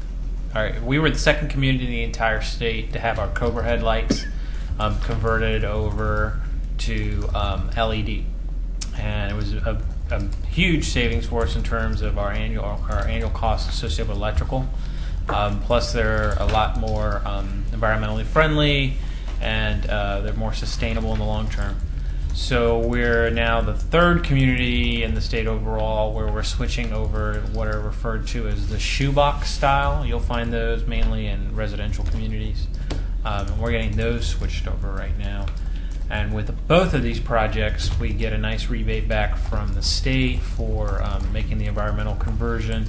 And then it cuts down on the city's overall electrical costs by switching over to these. So that's another thing I think happened since the last time we met. I see they missed a couple here and there. Yeah, and we're still finding them. Actually, I sent the paperwork in today for another one. So there's little stragglers here and there. We're finding there are a lot of lamps out there, which PGE doesn't know who's been getting the bill for it because they're not on our roster. And there's, I think, 3 that I can recall, which we've had to take it over from some adjacent property owner who's been getting the bill for God knows how long. So. You laugh. I looked at the list years ago and found 3 of them that were in the city of Milwaukee that we were paying for. Yeah, our PGE bill is so long, and every once in a while it makes sense to get to audit those things. But I guess the other thing is with LEDs is you guys have been doing some work on the decoratives as well. That's just more conversion, slowly but surely. For the decorative acorn style, we have a couple little test areas where we've bought some replacement ballast and are trying out some different alternatives, replacing the lights from high pressure sodium over to an LED conversion, because those are owned and owned, maintained, and the electrical's paid for directly by the city. So every little dollar that we can invest in converting those over saves us money in the long run. And the price of LEDs are coming down. Okay. Anything else? Future agenda items you want to put on? Yes, a couple of them. I was at the Oregon Active Transportation Summit at Benson Hotel, or Governor Hotel in downtown Portland a few weeks back. And at that conference, I brought up in a small group discussion, I said, well, they were talking about the trolley bridge. And I said, well, I heard from a reliable source, a gal by the name of Tammy Stemple, who's an engineer. She said that ODOT has basically, she didn't call it this, but a boneyard of bridges that happen, one fits in that area, and that they're going to provide that bridge. And I thought, well, that's interesting. So I'm down at this OATS conference, and I just said, well, I've heard. And the gal, there was a gal from ODOT who said, oh, yeah. So I'm figuring it's a done deal, and I'm all excited about it, right? So and then we did a Parks and Rec presentation in Gladstone and mentioned it, and the city leaders knew absolutely nothing about it. Said, what? We don't know anything about it. But then another person at the table said, "Oh yeah, I've heard that same thing." So I thought, oh, so anyway, I just wondered if Scott, I don't know, if we're able to run that down at some point and stop the rumors or affirm the rumors, but the idea of getting a bridge in there would be pretty cool. That's one item. The other one is, one of the goals of Oregon City is to bring housing to downtown Oregon City. And one of the barriers to that, of course, is the trains going through, crossing 10th, and of course, blowing their horns. Our bike shop is 20, 30 feet from the track. And so I love trains, and I don't mind the horns at all, but if you're going to put housing down in that area, to me, it's a no-brainer. You can mitigate vibration and other things through building materials and so forth, but the whistles you get. Well, I've done a little bit of research and talked to Eric Underwood about it, and it looks like the cost of it will run anywhere from $250,000 to about $800,000. But anyway, if we could put that on the agenda to talk about that, I think that is a transportation issue, and what will it take to move that forward and budget for that in the future. Okay, another item. This is not necessarily Newell Creek Canyon. They had their first of 4 meetings to discuss a trail system. Their Metro is in the lead on that, and so there's a stakeholders meeting which is supposed to follow that first meeting. I haven't heard anything from Dave Elkin. He gave a presentation here, and I haven't heard anything since. So. But about 80 people showed up at that first meeting. Yes. Yeah. So you haven't heard the results of? Haven't heard the results and haven't heard about the stakeholders meeting. So I really don't know what's going on. There's going to be 3 more meetings up through October, and then from that. So, but. So Blaine, just so I'm clear, are you suggesting that be in a future agenda item?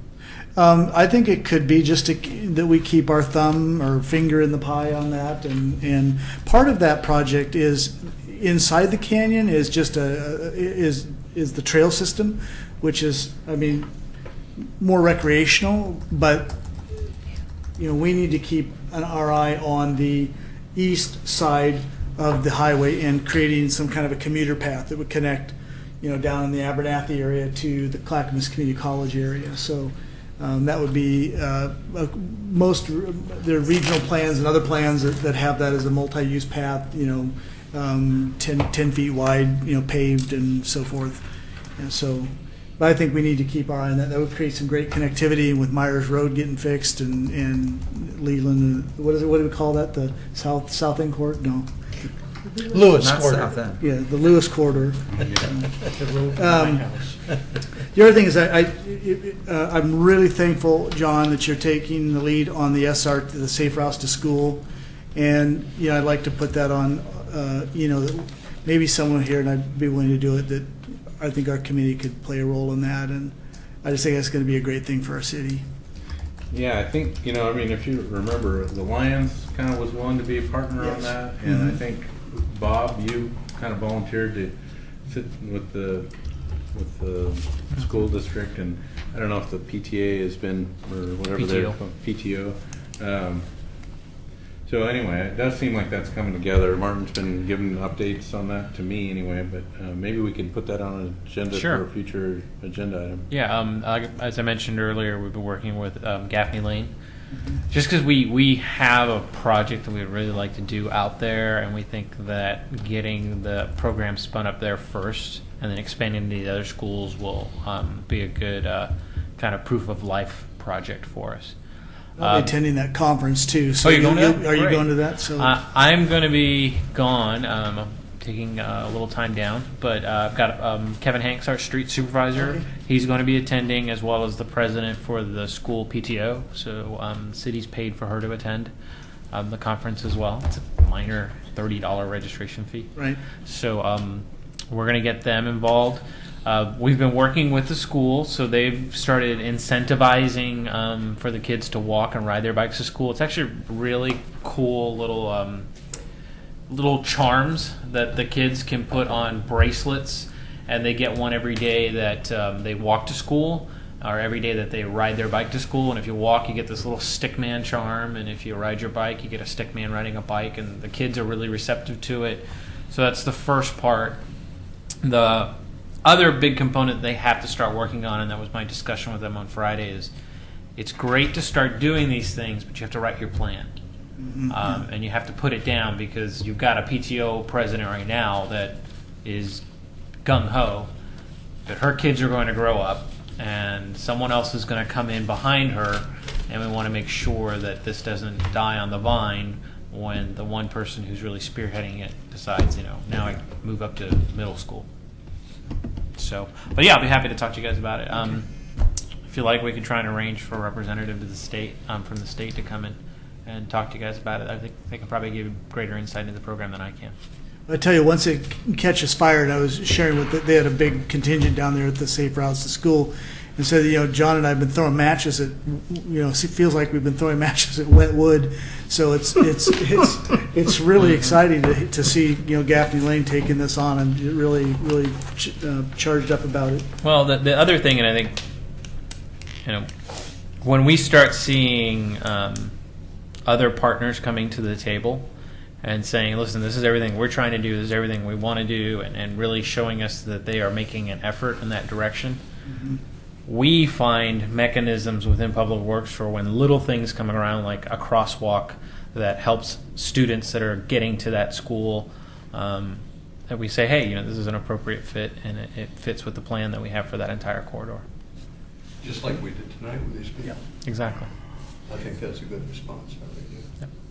The only other thing, just say the train depot is moving forward. We're getting close to signing the lease on that, and then we'll start working with Joyce Joyce Gifford is heading up the volunteer program. So we hope to get some meat on the bones there and be ready to greet all of the volunteers. Will help greet train passengers coming on and off the train. And stats have shown that where those programs are in place, that ridership does increase fairly significantly. So we're hoping to bring more attention to the train depot, and so hopefully we'll be able to open that sometime in August, September. But okay. It's been So I can say we were looking at the parking lot in preparation for the slurry seal. There's a lot more people utilizing that than I was aware of. So it's encouraging. Yeah, it really is. The last thing is this Shuttlewoods. I don't know if I think everybody probably received this, but William, do you know more about it? Speak to this? Oh, yes. This Katie Riggs sent this out to many folks in the community and asked for them to share it with their circles. But basically, Mary's Wood, part of Merrillhurst, got a grant from TriMet to run a shuttle, basically that starts at the Oregon City Evangelical Church, goes down around through the south end, wanders up through Mary's Woods, and then there's a north loop as well, and it's free, and it operates Monday through Friday from 6:30 to 5 something in the evening, and it's free shuttle service. And so Mary's Woods is trying to get the information out that anybody can use it, and they can stop at any time they want. So there's no designated stops. If you're on the route, just wave to the driver, they'll pull over on either side, and if you call a day ahead, they'll arrange going off the route to come and pick somebody up. So if you had some handicapped individual that needed a ride, let them know, and they'll actually drive their shuttle out to pick this person up. I guess it's within reason as to how far off the route they are, and drop them off the same way. So it's a really nice thing. I don't mean to be cynical, but I sure hope that this isn't TriMet just saying, well, here, see, we're doing good things to Oregon City. I would like to see a permanent transportation coming out to that what I consider an underserved area out in South End, especially if we have plans of expansion out there. I just don't like to see things run on grants for long term. I like to have a permanent source of funding. That's a good point. A couple things. The success of that is probably being carefully watched by TriMet. We've been talking a fair amount about lack Yeah. of services, and so, my sense is if that service doesn't see ridership, then they're going to point to that as an example of why maybe they shouldn't be serving our community. So that's good. I think he is going to be at the CIC meeting. He's one of the people involved in that program scheduled to be at the CIC meeting. And see, there was one other point that I wanted to make about that, and I lost it.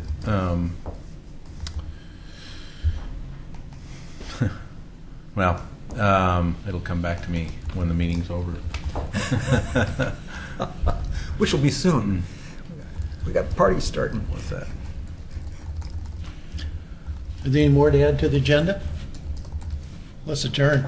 I want to remind sorry. you. Sorry. No, it's okay. I just want to remind you, June 4th, okay, the TAC annual report presentation. Do you need a wake-up I'll send call you a for that? Do you reminder. need a, yeah? I got the old list. Anything's changed? No, I'll make sure you get the agenda packet. Okay. Yeah, actually, Blaine has printed out. Oh.